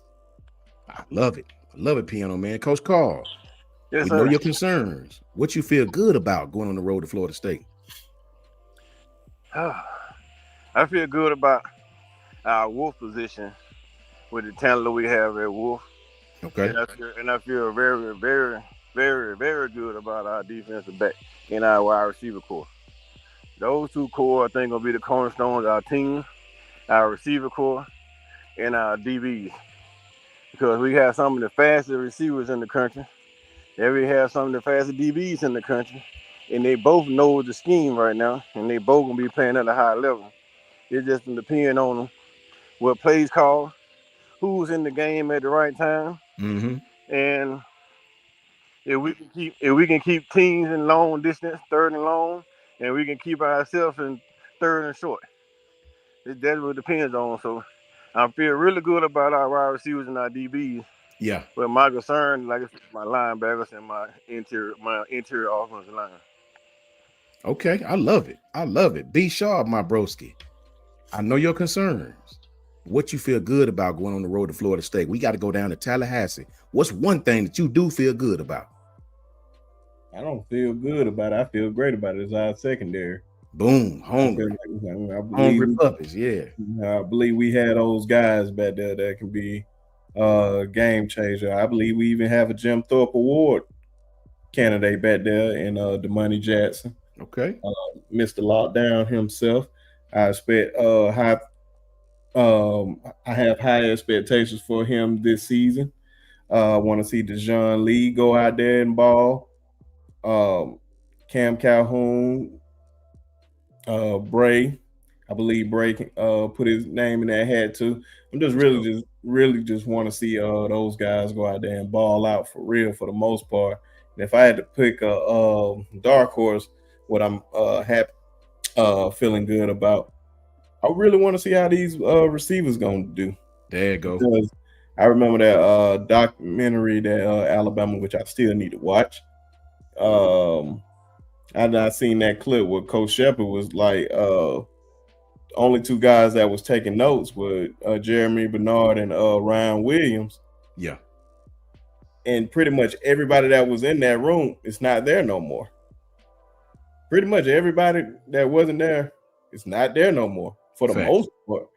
So that speaks volumes why they are two top receivers for the most part. So I definitely want to see how those guys ball out. Just want to see how Ryan does, especially with him gaining more muscle, working with Smitty. Let's see if he took some Smitty tricks, some of his tricks, and we'll see how the season go. Facts, man. To make mine short, I feel good about our wide receivers, and I feel good about something I had a problem with last year. I had a problem with Nick Sheridan on third down. I honestly believe in my heart. I hadn't seen it yet, but I'm going to tell myself I feel much better about Grubb and his third down play calling, right? This is for Coach I. Coach I, and I got one last question for the panel. I'm going to put everybody on the hot seat. You know what I'm saying? Toya says, Coach I and panel, do you think Carson Beck can lead Miami to the ACC championship? Go ahead, Coach I. Got you mute. Wouldn't be alive if wouldn't be alive. There you go. You know what I'm saying? Listen, I've been a Beck fan since he was a junior dog, and I think he has the talent to. I just think top to bottom, I don't trust Cristobal, and I don't think top to bottom they have the talent that Clemson got. To be honest with you, I think if Clemson don't lose to LSU or South Carolina, I think they're going 12-0 in the regular season. I'm just be honest, because I said that the other day. Yep. Talent wise, they just head and shoulders. Now I think Carson Beck, if he's fully healthy, because that arm was badly damaged in the SEC championship, if he's fully healthy, he make every throw that he gonna be a first round draft pick if he's fully healthy, and I think he can. But Cristobal has shown in big games he know how to do some stupid stuff, dog. So yeah. I think when we taking into consideration talent and coaching and big game performances, they playing, they'd have to play. I think if they play Clemson, they play them at home or something like that. Yeah. I just don't see it. I think Clemson wins the ACC. So maybe they lose to Clemson in the ACC, title game, but I don't see them winning it. Quickly, Piano Man, you think Carson Beck can lead Miami to the ACC championship game? He can, but I don't think he will. Clemson is just too strong. Furthermore, Miami's playing Notre Dame first game. That's gonna tell us. Right. That's a defense. That's a top 3 defense to return like 9 people from the defense from last year. Right. So we gonna see, but I don't think he will. Facts. Shout out to Jason, man. Shout out to our brother Jason and the Oklahoma Sooners. Shout out Jason. What's up with you, Jason? For sure, man. Coach Carr, quickly, do you think Carson Beck can lead Miami to the ACC championship? ACC championship? Yes. No. No. Clemson too tough, dog. Oh, yeah, facts. I'll just be honest. No. You still got Clemson. They're gonna have to beat SMU. SMU not going anywhere. You still gonna have to beat Pittsburgh. I don't think Pittsburgh going anywhere with Eli hosting. Syracuse still out there at Dark Horse. I don't see Miami being Wake Forest. So no. Ooh. All right. Brinsky. Oh, my bad, Coach Carl. Go ahead. I know you wouldn't finish. My fault. Keep going. Georgia Tech is a better team too, Coach. So that's right. No. No. Brinsky, do you think Carson Beck can lead Miami to the ACC championship? I believe he can lead them to a national championship. Stop it, Clint. Stop it. Brinsky, no. Brinsky's April fooling us, bro. He's don't make me turn around and go home, Brinsky. No, I'm about to say, I believe he can lead them to the game. I don't think he can lead them to a win, though. Clemson is too tough, man. There's too much talent back there. And plus, the talent that they got out of the transfer portal. A lot of those guys didn't go to the draft. A lot of those guys didn't leave. So, yeah, man. I'm all here for Clemson. I believe Carson Bennett is going to have a way better year than he had last year. Right. But that's about it. Facts, Jason. Brinsky tried to get us with this. Coach Brinsky said he's going to have a way better year than he had last year. Yeah, last year he was in the SEC. Hey, that's what happened, Coach Carl. When you making my point. Right. Less competition. No? Hey. You can go with a one-team conference, right? And then he gonna pull over 1 million damn yards in that one-team conference. and if he don't, that solidified the reason why Georgia said his ass Talkin sent him on. Joe Willie says Miami might win the ACC. Joe Willie, I don't know, my brother. When you look at those receivers Clemson has, Clay Klubnik is back for his junior or senior year. The kid gonna have a better season. You look at the offensive line back. You look at the defensive players that got back. Those wide receivers, like I said, man, and the schedule, bro. The schedule. I mean, they got two first rounders on the D line, and Peter Woods just moved from D end back into D tackle. They played an even front. That's where he's supposed to been playing. That's when he had one of his best seasons. Right. He moved outside last year due to necessity, not a true even front D end. Facts. You know what I'm saying? And then they got Avion Terrell. They got Khaled Barnes or Khalid Barnes, however you say his name. Like, dog, they just got more than Miami. On paper, because we don't know how it's gonna go on game day, but on paper, they just got too much Miami. They got a young freshman at tailback named Gideon. That's a ball. No, they say he's the real deal since ETN. Yes, he gonna be hungry. Can't wait to get on the field and hit somebody. So, I mean, facts, and look, Joe Willie, they I ain't gonna say they don't play nobody, but Joe Willie, there are no Alabamas, Georgia. Look at this, Joe Willie. Clemson was the ACC champion, Joe Willie, right? They're champ. They had 3 losses. Well, I know they had 4, but had 3 losses to one at the beginning of the season to Georgia, one at the end of the season to South Carolina, and one in the playoffs to Texas. SEC teams, right? And that was their champion. All right, look, last question. And this is the good one too, because I got my brother on here, Coach I, and I hope Shot is still in there. I want to chat. Oklahoma, Bishop, Jason too. Give me your record of your team and who wins, Bama or Georgia. Two-part question.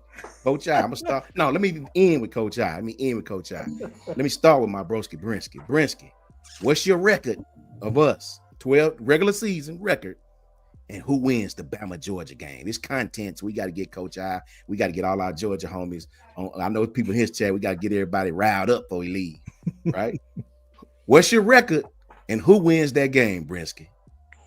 The ceiling 12-0, the floor 12-0 for the ceiling. The floor 10-2, and I believe we walking in their trap and taking over their trap. Pick a record. Don't go floor and ceiling. Pick a record. Are you going 10-2 or are you going 12-0? Pick a record. We ain't doing ceiling. We going 12-0. All right. That's all I'm saying. That's all I'm saying. Stand on it, Go 12-0. That means we going into Georgia, walking in your trap and taking over your trap. Coach I. Coach Carl. I see everybody in the chat standing, bro. I believe Crimson kept it real. He said, look, 11-1, only lost to Georgia. Kirby finally gets us. You know what I'm saying?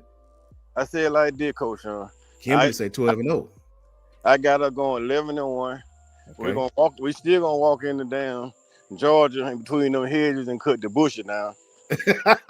But I see we get a little too cocky at the end of the season, and we go into that damn graveyard.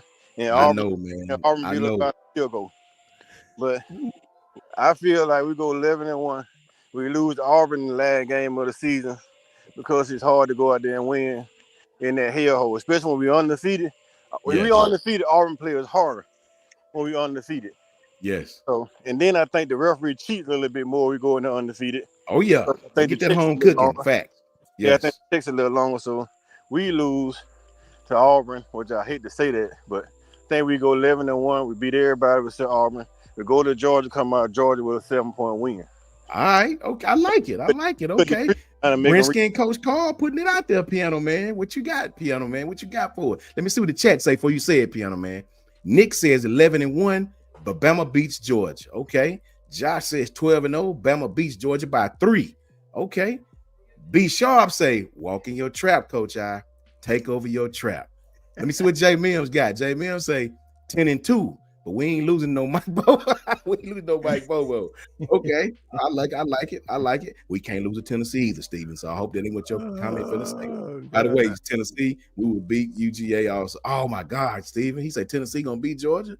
I don't know, Steven. Listen, Steven done put that about everybody in the chat. He say Georgia losing to Tennessee, Florida, Ole Miss, Bama, Tig. Like, come on, man. What we doing? Blue Mountain State. Right. Toya say 11-1, lose at janky ass Auburn. Yup. Joe Willis say 11-1. We boat race Georgia. Oh my God. Okay. What's up, Will Smith? Let me see if we got anybody else. Jason, I'm looking for Jason's. What you got, Jason? Us in Georgia. And Oklahoma's record. I ain't gonna say you put Oklahoma's record. You and Bishop put Oklahoma's record, and does Bama beat Georgia? That's y'all question. We all friends here, be honest. Yeah. Oklahoma's record first, and does Bama beat Georgia? You know what I'm saying? Link say, I knew Link was gonna say 12-0. Link say 12-0. You know what I'm saying? All right, big piano man. We got a little break. Go ahead. I'm laughing at Steven, man. Steven said Georgia 0-12. Right. I'm taking over. Hey, easy money, Brisket. Easy money. Well, they're gonna close down the whole damn state. Oh my God, that's right. Like they'll stop the football program. Stop the football team. Okay, right here. Check it out, young man. Before you give me yours, Bishop say Sooners going 11-1. Woo! That's that deep one loss. Who they lose to, Bishop? Who they lose to? Bishop. Exactly. And then Jason say more realistic. He said, "Oh, you going 9-3?" Okay. I feel it. Link right here, Coach. I would put this in your Rolodex. Link said y'all going 8-4. Are you a betting man, Link? Please don't go to nobody and bet on that. Then. Exactly, Link. You my boy, but I can't roll with your next one. I'm gonna go out of the socket trying to shake it. Exactly. All right, Bama by 3. Okay, Bishop ride with us by 3. Piano man, Bishop ride with us by 3. Okay. I'm looking for Jason's. Wait for you go, Piano man. I want to see Jason. Jason said 9-3. I want to know Bama in Georgia. Jason. Okay, I got you. Bama in Georgia, Piano. Jason. Who you got? Bama in Georgia. We going to their trap, like Brisky say. Bama by 10. Woo, that's steep, Jason. Okay. I think they putting the hex on us, man. Putting the hex on. See, Jason got us last year. Maybe I shouldn't have asked him. No, don't add Jason, man. Jason got us last year, man. You know how they was in the Oklahoma game, man. Yeah, Jason just made me change my mind. Yes, he did. He put the hex on us last year, man. All right, Piano man. On the real, Bama 12-0. And so if I say Bama 12-0, that just simply means we beating everybody. We don't give a darn about some hedges. Matter of fact, we gonna take your hedges and beat you with them, Coach I. That's how I said. Oh my God.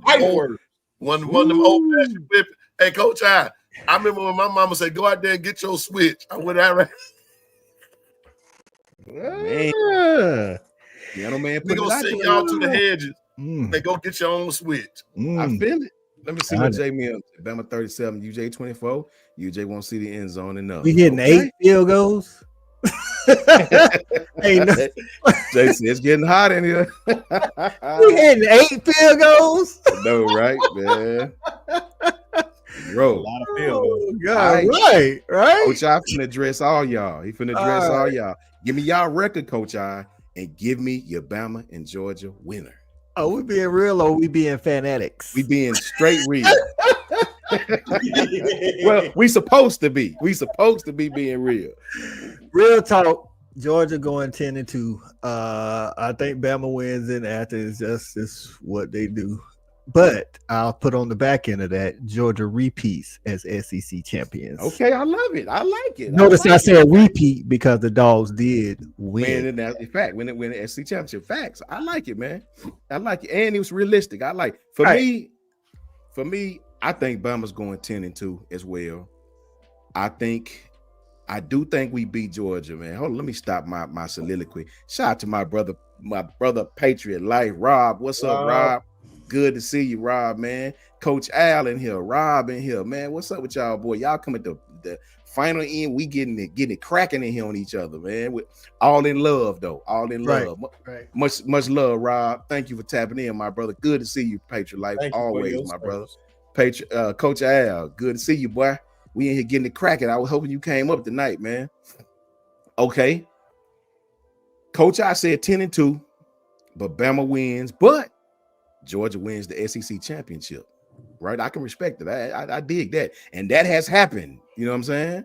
A multitude of times. So for me, I think we're going 10-2, bro. I do think Alabama going into Georgia, and I do think it's going to be a really, really hard fought game again.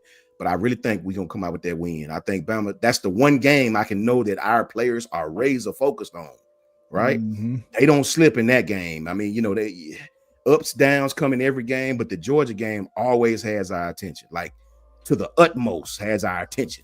That's that respect. You can count on. That's respect. But I do think we're going to lose one, maybe to South Carolina on the road. One of these teams in that 5-game stretch we got that we may. I think one of those teams gonna bite us, man. I really do. I think South Carolina may be the team. That one game that's on the road, they playing really, really well at the time, and I think they bite us, man. I'm not gonna say Auburn, but I just think we lose 2 games somewhere in there on a humbug, right? It may be the Georgia game, right? But I just think we're gonna go 10. I believe we can win that game, but I think Alabama goes 10-2. On the regular season. 10-2 is the new 11-1. Real talk. That Brinsky been saying that too, and that's why I think. Listen, I never picked Georgia to go 12-0. I don't care. It's just so hard. I don't care who you are. It's hard to go 12-0. But if there's a team out there, and somebody asked, "Do we think Clemson is really back?" If there's a team that can go 12-0, they'll do it because they're 2 bookend games. If they can beat LSU, South Carolina, but. The new, like Brinsky say, 10-2, the new 11-1, 12-0. The only reason I'm saying 12, I'm really just basing on all the teams in the SEC. Right. Anybody else conference, you can pretty much go 12-0 in. Yeah. Ohio State can really go 12-0 if they can't beat Michigan, no matter how bad. That's what I'm saying. If they can get over that hump, they can do it. Right. If they can get over that hump, they can do it. But yeah. But in our conference, I just don't. Hard. Right. It is going to be hard to see it. But yeah, I got. Listen, I'm a football realist, dog. Until we show we can beat Bama on a regular basis, I don't care who has the better roster, the better whatever. Until they show us, same in the reverse. Until Texas show me they can beat the Dogs, there's no football reason you can tell me Texas gonna come into Athens and beat the Dogs. You know what I'm saying? Same thing I agree with, man. and my brother Bishop say. OU has a bye before Bama. I agree, Bishop. They have a bye. I get it. So does right here. Josh says Vanderbilt, Bishop. 2 games I can tell you that Bama gonna be raised outside of Georgia. Right. You better believe the Oklahoma game at Bama and the Vanderbilt game at Bama. Bama gonna be. You better believe they not losing them 2. Trust me. South Carolina may raise their teeth and bite us. Auburn may get us on some voodoo sage smoking stuff. Right. Ball bounce off the dude's head, one cat catch it, and they may beat us on that. That's how it be, dog. But you better believe Oklahoma and Vandy are 2 games that Bama and the crowd and the people, those 2 games are circled now. You know what I'm saying? Trust that. Yeah, I think we go 10-2, man. I think we go 10-2. Oh man, Coach, for sure. Hey man, everybody put their prayers in for Coach Al mom, please, man. Please put them prayers in for our brother's mom, man. Coach Al, we got you, bro. Prayer Warriors got you, brother. Trust me on that. Much love to our brother, Coach Al, for sure. Yeah, Mizzou, hey, look, OU spanked Alabama last year. I hadn't seen Alabama lose like that in recent memory since that Clemson game from the national championship years ago, right? That game stung. Bro. And they coming into Tuscaloosa. Bama is going to be on 10 for that one. Trust me. Listen, I'm going to be honest with you. I said earlier, I don't do SEC, but I was out. Listen, Bama and Georgia, they the big dogs in the conference. Yeah. I was a little disappointed to see y'all go out like that against the newbies on the block. We tried to hold it down on our end, dog. Like we can't let the newbies come in here and do it. Whipped us, bro. You know why? You know why, Coach Al? Because that version of Bama thought they could just roll the little crimson helmet out there With the right? script A, right? Yeah, and no, that's still Oklahoma, bro. Right? They wasn't playing well, got 1,000 injuries, but they gonna fight because of who we are coming in their house, right? It's still Oklahoma. It's the same way Auburn do. They'll get their ass hip tossed by everybody, right? That's why we beat Texas like that in the SEC championship, because we say, hey man, we gotta facts, bro. you gotta get y'all did it. You gotta get love. The two Big 12 guys came into the two and played the two big SEC dogs. We had that SEC championship was the tiebreaker. We got a built-in excuse, bro. Be sharp. We got a built-in excuse. We had new coach, new alumni. You know what I'm saying? New compliance people, new everything, right? So that's our excuse, you know. We're gonna take you serious this year because that loss will wake their ass up and realize you have to play the game, bro. Right. You know, Josh Johnson, you corrected it. Yeah, Texas had the easiest schedule last year. I'm not saying Texas wasn't good, because they was, but they didn't just roll through a OU type SEC schedule. They didn't have OU schedule. That's a whole fact. That's a whole fact, man. Right. They did not have Texas schedule. That's a whole fact. And, you know, since Texas got a bye to the SEC title, I mean, if you're comparing that, Jason, to all of our schedules, I do think their schedule is significant. They didn't play Ole Miss. They didn't play LSU. They didn't play Bama. They had the best team on their schedule beat them twice. And we all know how tough that is. So that's the truth. No disrespect to Texas. It's just for real, bro. You didn't play. I don't even think they played Tennessee, did they? That's right, Coach Carl. They still don't have I think that's why Texas is another favorite to make it back to Atlanta, because of the schedule and the talent. You think about it, the three big teams in the SEC, Alabama, Georgia, Texas, who has the most favorable schedule? Alabama and Georgia could be clearly better than them, but we may take some losses along the way because the schedules are a little bit harder, you know. 100% facts. So. I couldn't have said it better, man. Listen, man, thank you to everybody that tapped in with us tonight, man. It was a lot of people in here, man, on the Twitter, on the YouTube. We had a gang of people, man, with Coach I. Everybody tapped in tonight, man. We had a good time, man. We try to do this every Saturday at 6:15, man. The season is getting closer. We're gonna be doing our post game. I'm sure everybody gonna do post game shows. It'd be real fun. We get to play each other. We all hop on each other's and laugh it up and talk it up, man, and lick our wounds. You know what I'm saying? And so I want to give a special shout out to all my brothers for tapping in, man. Coach Carl, make sure everybody send Coach Al a prayer for his mother, man. His mom in the hospital. Please, in your quiet time, say a quick prayer for Coach Al's mom and his family, man. You know, much love to all of them.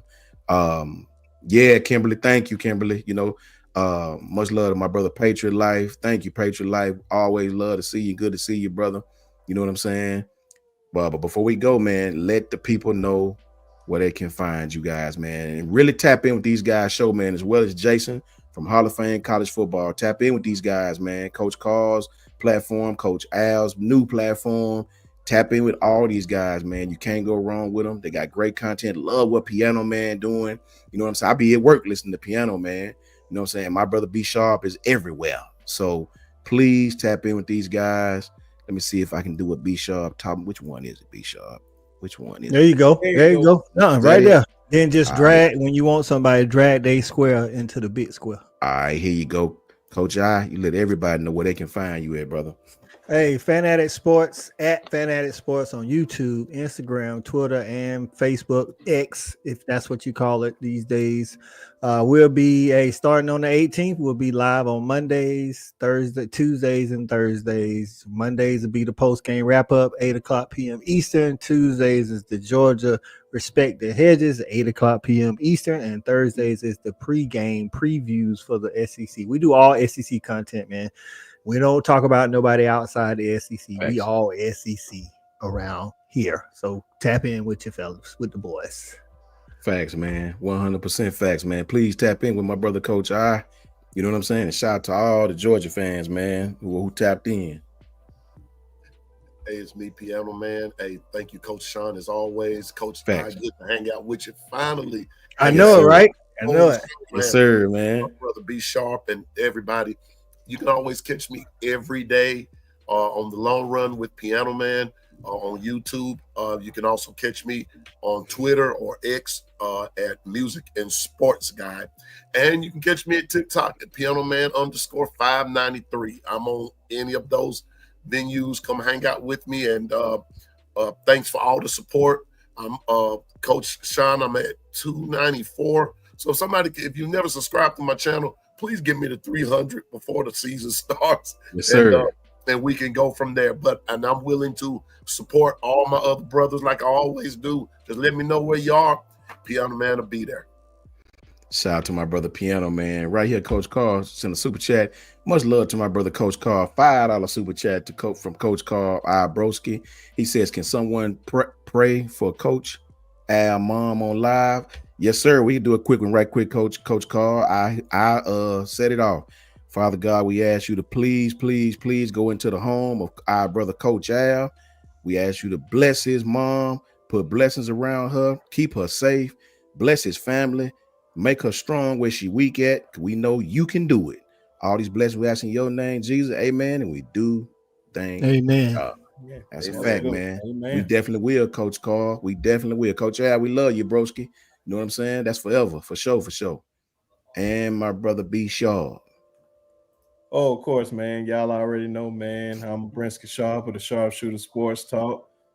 Damn, I gotta change that because it still got a podcast. That's just over here, man. I don't know why I got it like that, but yeah, man, the Sports Talk, man. Y'all make sure y'all go over there and subscribe to the channel. Just got the word today, Monday. We're not going live tomorrow, but Monday at 6:30. We're going to have my main man, our main man, the real insiders, one of the main insiders of Alabama football, Justin Smith, on the show. So make sure you guys tap in there so you can ask all your questions, especially about the scrimmage. Yeah. You already know the guys going to be up there. So definitely tap in on 6:30 on Monday.